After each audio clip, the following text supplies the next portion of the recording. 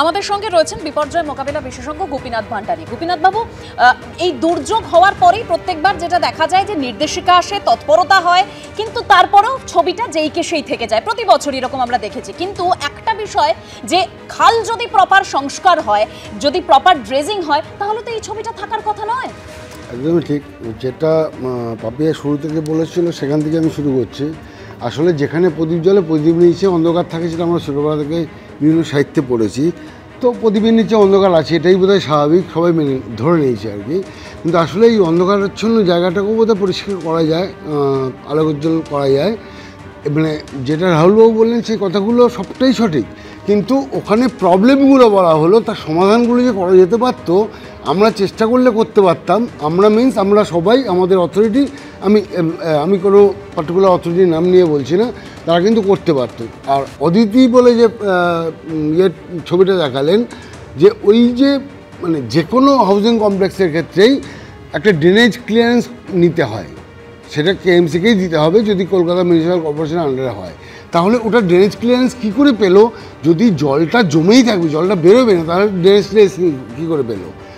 আর বাকিগুলো তো ঠিকই, মানে সেখানে বয়োজ্যেষ্ঠ লোকেরা রয়েছে, তাদের তো স্পেশাল কেয়ার নেওয়া উচিত। বা আমাদের যদি আমরা জানি যে অ্যাজ আ সিভিল ইঞ্জিনিয়ার আমি বলতে পারি যে স্কুল বিল্ডিং বা পাবলিক বিল্ডিংগুলো অনেক বেশি ফ্যাক্টর অফ সেফটি দিয়ে আমাদের ডিজাইন করতে হয়, যাতে পাবলিকের মানে ইন জেনারেল ক্ষয়ক্ষতি না হয়ে যায়। কারণ আমরা রেসিডেন্সিয়াল বিল্ডিংটা আমি আমার মতো করতে পারি যদি আমার বাড়ি হয়, বাট ফ্ল্যাটটাও কিন্তু রেসিডেন্সিয়াল হলেও পার্সোনাল হলো না, সে ফ্ল্যাটটাও কিন্তু পাবলিকের মতোই হলো, মানে অনেকজন ওনার। সেখানে কর্পোরেশনের কতগুলো নিয়মাবলী আছে, কর্পোরেশন থেকেই তো অ্যাপ্রুভালটা দিচ্ছে, তবেই তো ওই বিল্ডিংটা তৈরি হচ্ছে। এবার প্রমোটার কত উপরে, প্রমোটারের হাত কত লম্বা, সেটা অন্য দিক, সে আমি যাচ্ছি না। মানে অনেক বিতর্কিত বিষয় থাকে আর কি। আমার কাজ বিতর্কে ঢোকা নয়, আমার কাজ সমাধানটা খোঁজা। তো সমাধান কিন্তু আছে। এবং ওই যে খালগুলোর কথা বলা হলো, খালগুলো তো ড্রেজিং করাটা খুব জরুরি। কারণ মানে ওই যে 1831 সাল থেকে যে কলকাতা ড্রেনেজটা শুরু হয়েছিল, তারপর প্রচুর সেডিমেন্ট পড়েছে। এই সেডিমেন্টগুলো পড়তে পড়তে প্রায় পাথরের মতো শক্ত হয়ে গেছে। একটা মিটিংয়ে আমি ছিলাম, ফর্চুনেটলি কর্পোরেশনের মিটিংয়ে, সেখানে ওই পয়েন্টটা তোলাতে বললো, না স্যার ওগুলো বোধহয় কাটা যাচ্ছে। আমি জানি না, আমি কিন্তু তার মানে আমি মিটিংয়ে রেফারেন্স কিছুই বলছি না, কারণ ওটা সামনে আনা উচিত নয় বলেই আমার মনে হচ্ছে এথিক্যালি। কিন্তু যদি কাটা যায়, ইট ইজ গুড। তার মানে সেই চেষ্টাটা আমাদের করে যেতে হবে।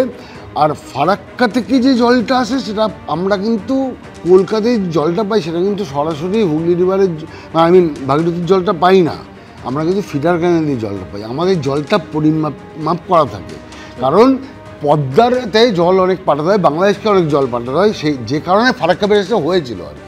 ফারাক্কা ব্যারেজের তৈরি হওয়ার ইতিহাসটাই হচ্ছে যে বাংলাদেশকে জল দিতে হবে। সেই জন্য যখন মানে there is engineer river specialist Kapil Bhattacharya, আপনি নোট করে রাখতে পারেন। কপিল ভট্টাচার্য, আমার সৌভাগ্য, আমি ওনাকে সামনে থেকে দেখেছি।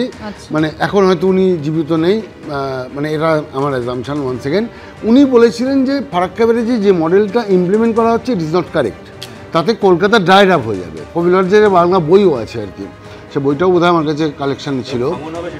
হ্যাঁ, এবং মানে ওই ফারাক্কা ব্যারেজ ইমপ্লিমেন্টেশনের বেশ কিছুটা পরে, বছর পরে আমার মনে নেই, সেটা তো আজকাল গুগল খুঁজলেই পাওয়া যাবে, পরে ফিডার ক্যানেল তৈরি করেছিল। আমরা যদি নর্থ বেঙ্গলে বাসে অথবা ট্রেনে যাই, আমরা প্রথমে একটা ব্রিজ ক্রস করি, তারপরে ফারাক্কা ব্যারেজটা ক্রস করি। ওই প্রথমে যেটা ক্রস করি সেটা হচ্ছে ফিডার ক্যানেল। ফিডার ক্যানেল থেকে কলকাতার জলটা আসে, বিকজ কপিল ভট্টাচার্যের কথাটা মিলে যাচ্ছিল বলে ওটা করতে বাধ্য হয়েছিল। এবং তারপরেও কিন্তু জলটা পরিমাপ করে দেওয়া হয়, কারণ আমাদেরকে পদ্মার বুকে জল দিতে হবে। এবং গঙ্গা পদ্মা এক হয়ে যাওয়ার একটা সম্ভাবনা ছিল, সেখানেও খানিকটা যেটা আপনি বললেন যে মানে ভাঙনের ব্যাপারটা রয়েছে, ভাঙনের ব্যাপারটা সেভাবে টেক কেয়ার করা যায়নি। ভাঙনের ব্যাপারটা অনেক বেশি কাজকর্ম এখনও বাকি আছে, অনেক কাজই বাকি আছে, শুধু ভাঙন নয়, সব কিছুতেই বাকি আছে। এবং এই যে আপনি আসার সঙ্গে সঙ্গে বললেন না বিপর্যয়গুলো সবটাই যে মানে ন্যাচারাল ঘটনাগুলো ঘটবে, কিন্তু সেখান থেকে আমরা বেরিয়ে আসতে পারি, আমরা মিনিমাইজ করতে পারি, মোকাবিলা করা সম্ভব। কিন্তু এই যে জল জমছে, দিনের পর দিন পড়ে থাকছে, দুদিন হয়ে গেলেও বেশিরভাগ জায়গায় জল নামছে না, এর দায় কার? বিশ্বনাথ, না দেখো, মানে পরিষ্কার করে বলছি, যখন মমতা বন্দ্যোপাধ্যায় বিরোধী নেত্রী ছিলেন, তখন দায়টা ছিল বামফ্রন্টের পুরসভার, বামফ্রন্ট সরকারের।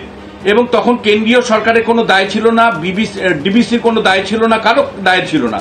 তখন কেবলমাত্র রাজ্য সরকার এবং মেয়রের দায়িত্ব ছিল বিকাশ রঞ্জন ভট্টাচার্যের। যে তিনি ক্ষমতায় আসলেন 180 ডিগ্রি ঘুরে গিয়ে বললেন মেয়রের তো কোনো নয়, রাজ্য সরকারের কোনো দায় নেই, সব দায় যেন ডিবিসি এবং কেন্দ্রীয় সরকারের। ফলে একেবারে 100% ভোট বদল হলেন। তিনি আমাদের মুখ্যমন্ত্রী, তিনি দায় নেবেন না তো কে নেবেন? রাজ্যের মানে কলকাতা কর্পোরেশনের মেয়র, তিনি দায় নেবেন না তো কে নেবেন? আর লাশের রাজনীতি তিনি বলছেন, এখন লাশের রাজনীতি তো শুরুই হয়েছিল জঙ্গলমহল থেকে লাশ এনে মাওবাদীদের দ্বারা যারা হত্যা হতো তাদেরকে নিয়ে এসে কলকাতায় উনি প্রদর্শন করতেন, দেহ প্রদর্শন করতেন, মৃতদেহগুলো প্রদর্শন করতেন তিনি এবং মুকুল রায় মিলে। দেহ রাজনীতি পশ্চিমবাংলাতে আমদানি করেছেন মমতা বন্দ্যোপাধ্যায়। আমি প্রশ্ন তোমাকে তুলতে চাই, আজকে অভিষেক বন্দ্যোপাধ্যায় একটা গুরুত্বপূর্ণ মিটিং করেছে শোভন চট্টোপাধ্যায়ের সাথে। আমার অ্যাসেসমেন্ট, হয়তো শোভন চট্টোপাধ্যায়কে মেয়র করবেন, হয়তো ববি হাকিমকে প্রস্থান করতে হবে। আজকে অভিষেক বন্দ্যোপাধ্যায়ের সাথে যে বৈঠক শোভন চট্টোপাধ্যায় হয়েছে, আমি একজন অ্যানালিস্ট হিসেবে মনে করছি, কিন্তু তারপরেও বড় প্রশ্ন আসবে যে কলকাতা কর্পোরেশন যে ঢঙে চলছে, যেভাবে চলছে, সেখান থেকে কি মুক্তি মানুষ আদতেও পাবে? আগে তো তোমাকে প্রথমে সমস্যাগুলোকে মেনে নিতে হবে। তুমি যে খাল সংস্কার করো না, এটা তো বাস্তব। তুমি যে পূর্ব কলকাতার জলাজমিগুলো বুঝে বিল্ডিং তৈরি করছো, তোমার ল্যান্ড মাফিয়ার লোকরা যে সমস্ত বিল্ডিং তৈরি করছে পুকুরগুলো বুঝে, যে পুকুরগুলোতে বৃষ্টির পরে জল পৌঁছতো সেই পুকুরগুলো এখন বুঝে গেছে। তৃণমূল কংগ্রেসের ল্যান্ড মাফিয়ারা কার্যত সেগুলোকে দখল নিয়েছে। বিভিন্ন ওয়ার্ডে যে সমস্ত পুকুরগুলো ছিল সেগুলোকে তুমি বুঝিয়ে তুমি বিল্ডিং, হাই রাইজ বিল্ডিং বানাচ্ছ, পুকুর নেই। ফলে জল কিছুটা যে অ্যাবজর্ব করতো পুকুরে, সেগুলো তো করা সম্ভব হচ্ছে না।